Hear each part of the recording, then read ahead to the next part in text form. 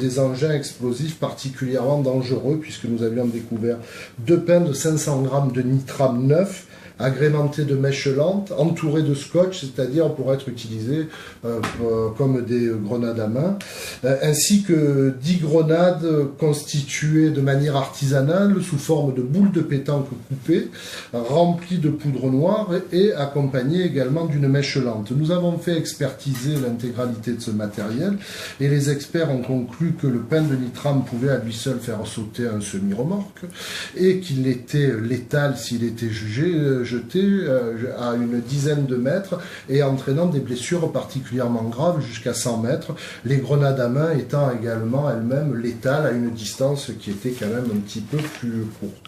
Au regard de ces éléments, le parquet de Bastia a ouvert une information judiciaire des chefs de fabrication, détention, transport d'engins explosifs en bande organisée et d'associations de malfaiteurs. C'est dans le cadre de cette commission rogatoire que les investigations techniques et scientifiques qui ont été diligentées par les juges d'instruction ont orienté les investigations en direction du club de pseudo-supporters Bastia 1905, de triste notoriété puisqu'ils sont en général à l'origine d'un certain nombre d'incidents, que ce soit d'ailleurs à Bastia ou sur le continent, puisque le dernier en date, pour ne pas le citer, on a quelqu'un qui a frappé un policier à Lyon et qui a été condamné à 4 mois d'emprisonnement ferme.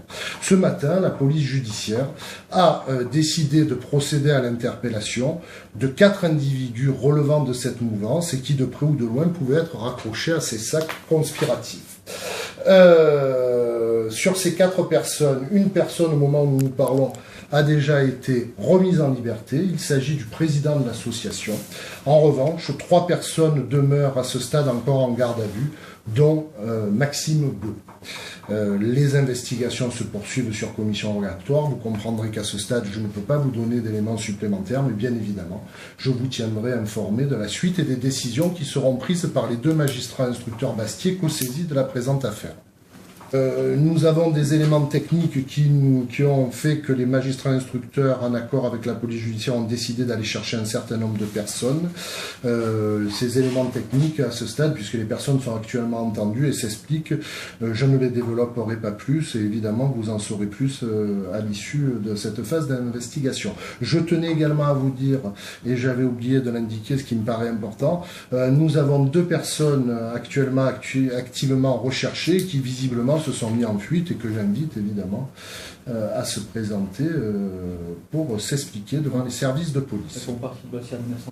Je n'ai aucun commentaire à faire à ce stade. Par contre, je vous confirme qu'effectivement, au moment où sont découverts ces engins explosifs, je crois qu'ils descendent du bateau, ils rentraient à ce moment-là de Reims. Donc, un élément qui est constant et établi en procédure, c'est qu'il est très peu vraisemblable que ce soit lui qui ait déposé ce matériel à l'endroit où nous l'avons trouvé.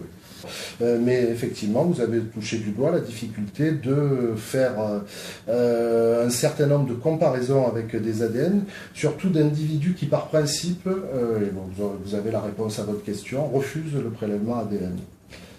Ce qui fait qu'il faut, par d'autres biais, essayer de découvrir les ADN des uns et des autres. Pour dégonfler toute problématique, le procès de ce matin ne devait pas se tenir à la demande de la défense, qui souhaitait le versement d'un certain nombre de pièces, et la magistrate des mineurs qui était en charge de ce dossier, puisque effectivement ce jeune était mineur au moment des faits qui étaient reprochés, avait fait droit à sa demande justement de versement de pièces, de caméras, de ce qui avait pu se passer à Reims pour que justement on puisse le juger en connaissance de cause. La deuxième élément que vous devez savoir, c'est que l'opération a été diligentée par des magistrats instructeurs qui n'avaient absolument pas connaissance de ce procès. L'opération elle a eu lieu parce qu'elle avait été programmée par le juge d'instruction et qu'en tout état de cause, ce jeune-là n'aurait pas été jugé ce matin puisque c'est ça qui est important. C'est à sa demande que l'affaire aurait été renvoyée et nous avions décidé de faire droit à cette demande parce qu'elle nous paraissait tout à fait légitime. Le parquet de Bastia ne s'y est pas opposé d'ailleurs ce matin, puisque effectivement ils veulent le versement de caméras de vidéosurveillance du cours Langlais à Reims. Ça me paraissait une demande qui était pertinente et le temps que les pièces arrivent, voilà. Donc c'est une pure coïncidence.